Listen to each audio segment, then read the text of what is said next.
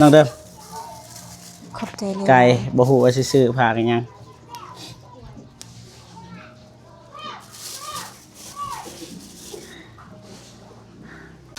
จะได้มื้ออื่นมีนัดแนวใดว่าเบิ่งเห็นน้องเดิมนัดบ่เจ็บพี่น้องบ่ฮู้ว่าเรื่องหยังมื้ออื่นตอนแรก นัดอีหยัง เอาตัวน้องเว้าอันนี้นัดอ้าย เฮ็ด ชื่อ ของ ปะ กินไล่สดไปนำกัน นั่นแหละคำตอบที่อ้ายอยากได้น้องเพิ่นส่วนไล่สดพี่น้องไล่สดมื้ออื่นเฮ็ดแนวกินนำกันอยู่นำกันพี่น้องเนาะ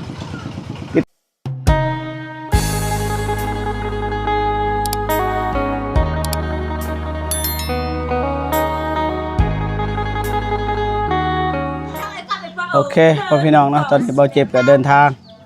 อยู่ที่บ้านน้องเดิมพี่น้องเนาะไปเมื่อยลายก็สบายดีเด้อเมื่อยลายพี่น้องเนาะเป็นเมื่อยฮ้อนพี่น้องเลยแวะไปหาน้องเดิมพี่น้องเนาะคอยคำลงแรงพี่น้องตะเวนหายเบิด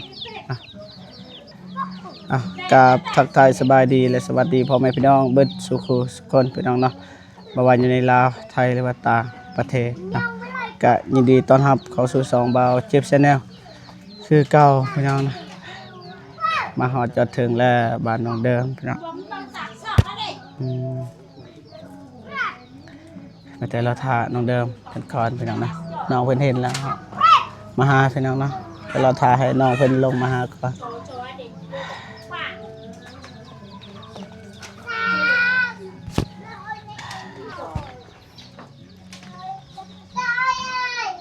งามเติบฟันเดิมนะเดินทางมากับน้องทรายคือเก่าทางบฝนกับบได้มาวันนี้ตามเบิงคาเวียกบฝนว่าพี่น้องนะ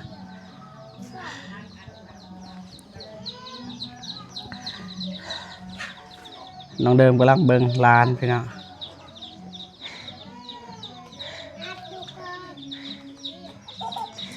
สวัสดีเด้อขอบผู้ได้นางลางสบายดีเด้อนบสบายดีไปสบายดีนบไปสบายดี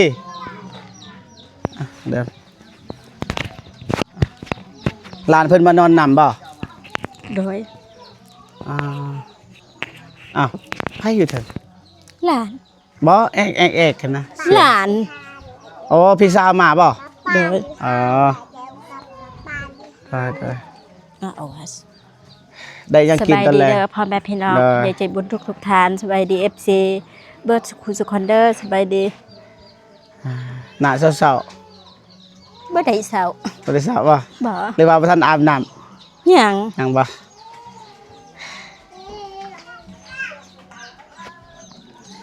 เมื่อยลายพี่น้องเอ้ยเป็นหยังคือว่าแบบนั้นไปเจอน้องชายของน้องเดิมพี่น้องกำลังเล่นฟุตบอลอยู่แต่ว่าบ่เจ็บก็เล่นนำพี่น้องก็เลยฮอนเลยพี่น้องถึงเหินโดยพี่สาวมานอนนำบ่โดยเรามายามบ่หรือว่าจังได๋มายามโดย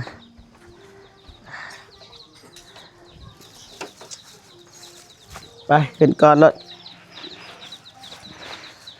เอาไก่มาฝากน้องเดิมพี่น้องคือเก่าบ่ฮู้ว่าสิซื้อหยังระวังเด้อเห็นเด้อบ่กล้าทายพี่น้องเอ้ยเดี๋ยวเขาให้ตกเจ้า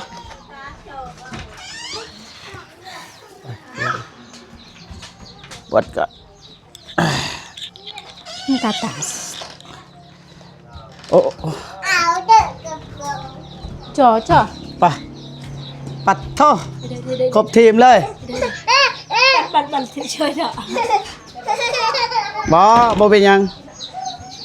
ร้านที่เดิมเป็นยังนาง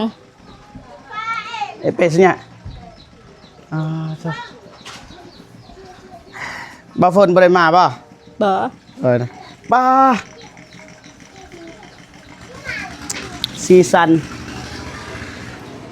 บ่ฝนเห็นแล้วในคลิปบ่ฝนพี่น้องเอ้ยนี่เบิดเท่าไหร่ทางเดิม บัดที่สาม นี่แหละเสื้อ 450,000 4,500,000วะ โดย ตัวเก่าขาดเลย ขาด อาสิขาดเพราะว่า เป็นหยังจะว่าจังซั่นพี่น้องเพราะว่าลมมันน่ะมันบ่มีตัวบังเลยนี่ทางนี้ยามลมมันพัดมันก็พัดไปพัดมามันก็ขาดบัดนี้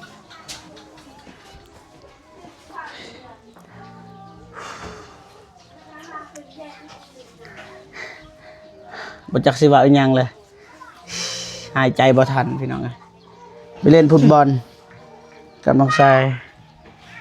น้องเดิมพี่น้องนะเล่นฟุตบอลอยู่หั่นแหละประมาณ30นาทีเกือบตายน้องเดิม ขอบใจเลย ไก่บ่ฮู้ว่าสิซื้อผักอีหยัง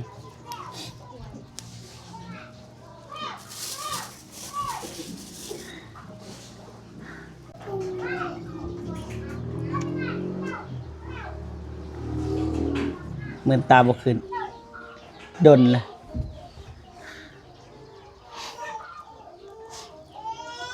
ไปใส่มื้อนี้ บ่ได้ไปไส สบายดีอยู่บ่ สบายดี บอกความจริง ความจริง สบายดีความจริงแสดงว่าบ่แม่นและเสียงสูงและ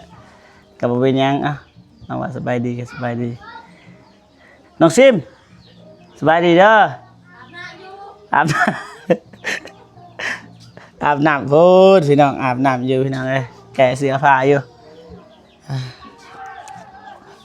ดีแล้วเอื้อยมายามเอ้ยโดนละช่วงบุญเห็นเอื้อยเรามา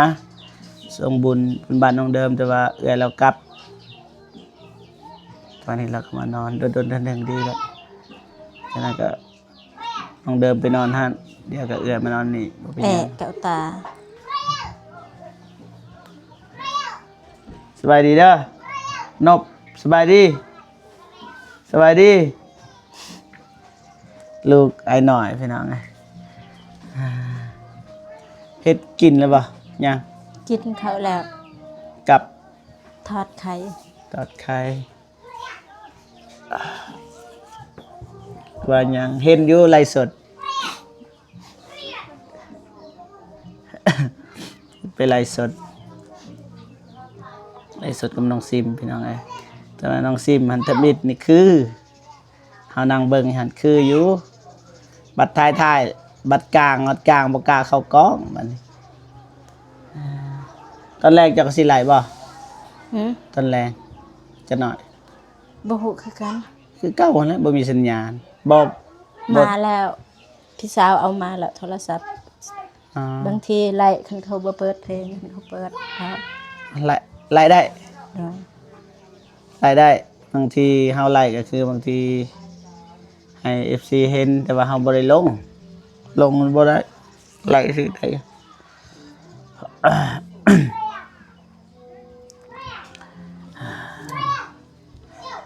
ไล่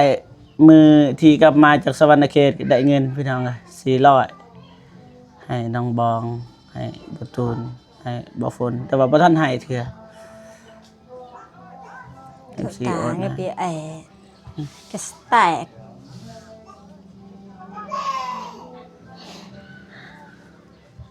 งามสีนี่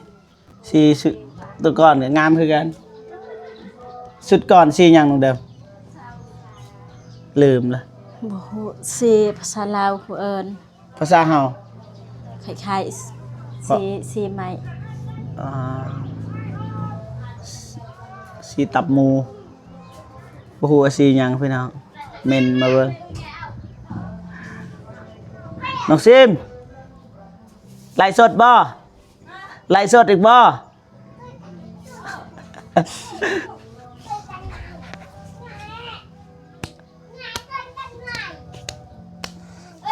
ไล่สุดก็ดีให้บ่ให้FC อยากเบิ่งเด้ดนแล้วบ่ได้เห็นหน้าเห็นตาเด้เห็นอยู่กับซองคนอื่นแต่ว่าบ่คือซองน้องเองไล่สด ไลฟ์สดแล้วตัวอย่างว่าถ่ายบ่ทันไปให้ไปนาก็ไลฟ์สดแล้วก็ได้ว่าเฮาในไลฟ์สดกลางเว้นบ่ได้ไลฟ์แต่กลางคืนเพราะว่าหยังเฮาถ่ายคลิปกลางเว้นต้องไลฟ์กลางคืนพี่น้องเอ้ยหาเวลาบ่เจ็บก็บ่ค่อยได้ไลฟ์สดนะเทื่อนึงก็บ่ตูนไลฟ์สดเมื่อใดเอื้อยสิกลับไป บ่ฮู้คือกัน มื้ออื่นมีแผนไปไสมื้อ ก็บ่ได้ไปใส่ เพื่อน อยู่เฮือ บ่ได้หากินบ่ สิหากินแถวไส เก็บผักกูดเก็บ กะ หอ ไปดอก เป็นหยัง คนสูบยา ฮะ สูบยาบ้าอยู่แถวห้วยบ่กะไป อ่า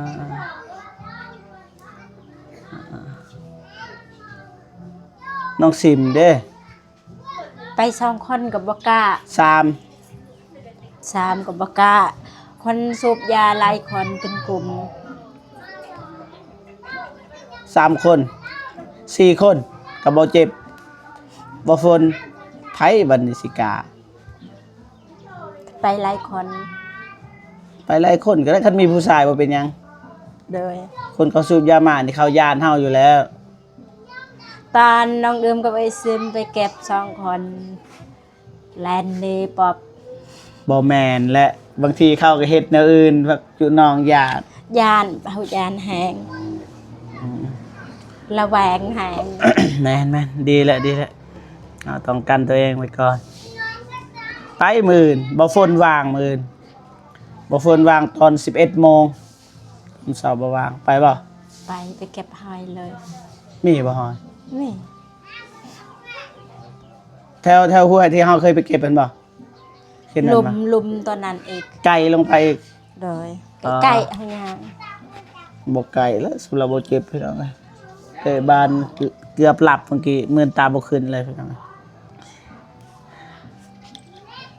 มื้อเนาะจักโมง ตอนใดพวกไอ้ายมาก็ตอนนั้น อืมสีสวยๆพุ่นละสีสวยๆนะกันประมาณจักโมงเด้ 11 12 1 2โมงเฮาเห็นนะฮอยเพราะว่า มัน แด แด ด ด แหง อ๋อโดย1 โมงก็ได้ซั่นนะ1 โมงเลยว่า ก็ได้ แต่ว่าเฮาสิมาไวกว่านั้นก็ได้บางทีก็ขี่รถจักรมาเอาบ่ได้ขี่รถจักรสิขี่รถใหญ่มาก็บ่ฝนเพราะว่าสิซื้อข้าวให้น้องแต๊ดพี่น้องเนาะเพราะว่าไอ้เคนนี่เพิ่นอยากให้ซื้อข้าวจัก1 กระเป๋าให้ครอบครัวน้องเพิ่นนี่ต้นฮู้ว่าน้องแต๊ดที่เฮาเคยถ่ายช่วงนั้น บ่ นอนอยู่เล่าเขา บ่โห บ่ฮู้บ่ บ่ นอนอยู่เล่าเขาอันเด้ บ่โห แสดงว่าบ่ได้เบิ่งคลิป บ่ ทีมงานไอ้เตียงเอาไปถ่ายเตียงเอาไปถ่ายเบาฝนหลายคนเอาไปถ่ายอ้ายก็ถ่ายคือกันก็มามันไกลหลายพี่น้องเอ้ยอยากไปหาน้องตลอดอยู่แต่ว่ามันไกล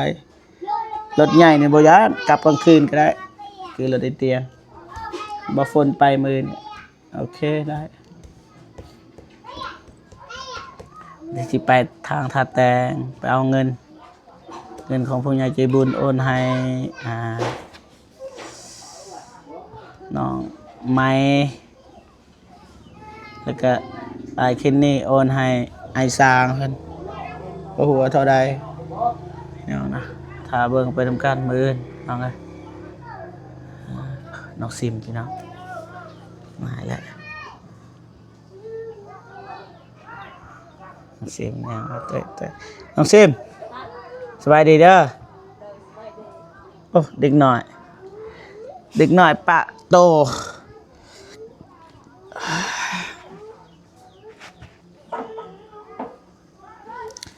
โอเคสันมือเจอกันเก็บหอยแต่ไม่เคยเห็นน้องเดิมเก็บหอยเด้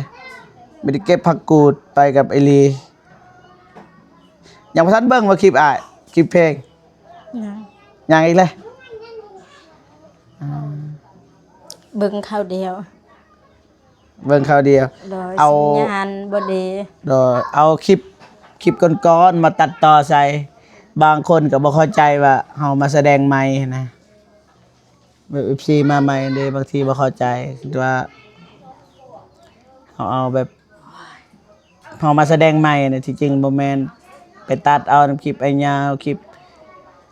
บ่ตูนคลิปไอลีคลิปไออนงคลิปไอเตียง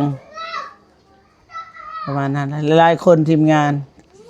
คลิปเฮาก็มีนะฮะพี่น้องไปเชิญไว้หยังดึงอีหยังเนาะดูดดูดมาดูดแล้วก็ลงดูดแล้วก็ลงปู้รู้สึกว่าบ่แจ้งพี่น้องรู้สึกว่าจังเท่าใด ไผ เปิดไฟป่ะ โดย มันอยากแดงเบิดหึ เข่งกล่าว ขึ้นหน้าหัวอีกแล้วบาทนี่ ฮะ ให้ย่ายหยาบ ฮะ มันไม่แต่เนาะ แนี่ไรยังหัวบ่ใช่บ่นี่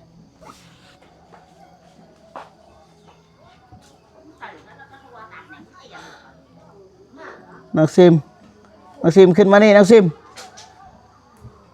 เบิดเลยบาลมหันตายบาท ขาเด็กแนว เด็กน้อยขาเด็กน้อยนักซิมอะไรเนาะวันนี้นะ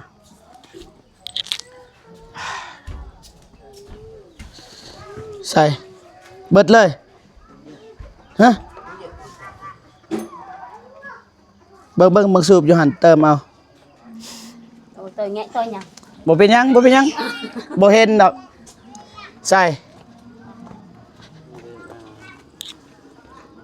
บ่แม่นแบบนี้ตกใจน้องชายค่อยมือเด้อน้องซิมน้องเดิมบอกบ่เป็นหยังไปใส่มือ ไปลกมันยาไปลกมันน่าสิว่าว่างแต่มื้ออื่น น่าได้ใส่ไปกับน้องเดิมก็ได้น้องเดิม โดยไป3คนก็ได้ ไป3คนกับบ่ฝุ่นก็ได้ไล่สดเลยเก็บหอยเลย บ่ว่างบ่บ่ว่างอีหลีบ่ อีหลี ฮะ ก็เบิ่งมื้ออื่นคันไปก็เบิ่งเพิ่นบ่อยู่เฮือนคันบ่ไปก็ยังอยู่เฮือนมีแต่ถ้าเบิ่งมื้ออื่น เดิงเลยจะได้มื้ออื่นมีนัดน่ะได้ว่าเบิ่งเห็นน้องเดิมนัดบ่เจ็บพี่น้องบ่ฮู้ว่าเรื่องหยังมื้ออื่นตอนแรก นัดอีหยัง เอาตัวน้องเว้าอันนี้นัดอ้าย เฮ็ด ชื่อ ของ ปะ กินไล่สดไปนำกัน นั่นแหละคำตอบที่อ้ายอยากได้น้องเพิ่นส่วนไล่สดพี่น้องไล่สดมื้ออื่นเฮ็ดแนวกินนำกันอยู่นำกันพี่น้องเนาะติดตามไปนำกันถ้ามันบ่เปลี่ยนแปลง หรือว่าคนใดคนหนึ่งบ่สบายถ้าสบายดีนี่ได้เบิดเรื่องเวลานี่ก็บ่เป็นหยังเฮาอันนั้นแบ่งเวลาได้ แต่ว่าเฮาสิลงไปหาน้องเต็ดตัวอย่างมาเก็บหอยแล้วเฮาสิลงไปหาน้องเต็ดนะกลับมาแต่หันไล่สด โดย เนาะแบบนั้น โอ้ยเกียมอยากกลับบ่อยากกลับเลยพี่น้องไงน้องชาย ลูกอาวส่วนน้องเพิ่นถ่ายคลิปมือกล้อง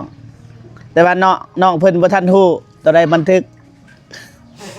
ตัวใดบันทึกตัวใดถ่ายรูปบ่ทันฮู้เทียบใส่น้องเดิมนี่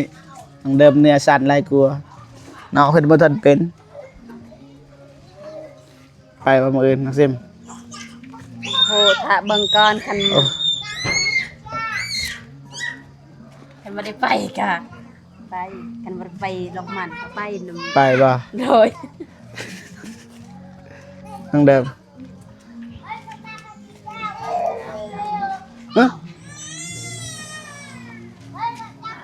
ฮะบาทนี่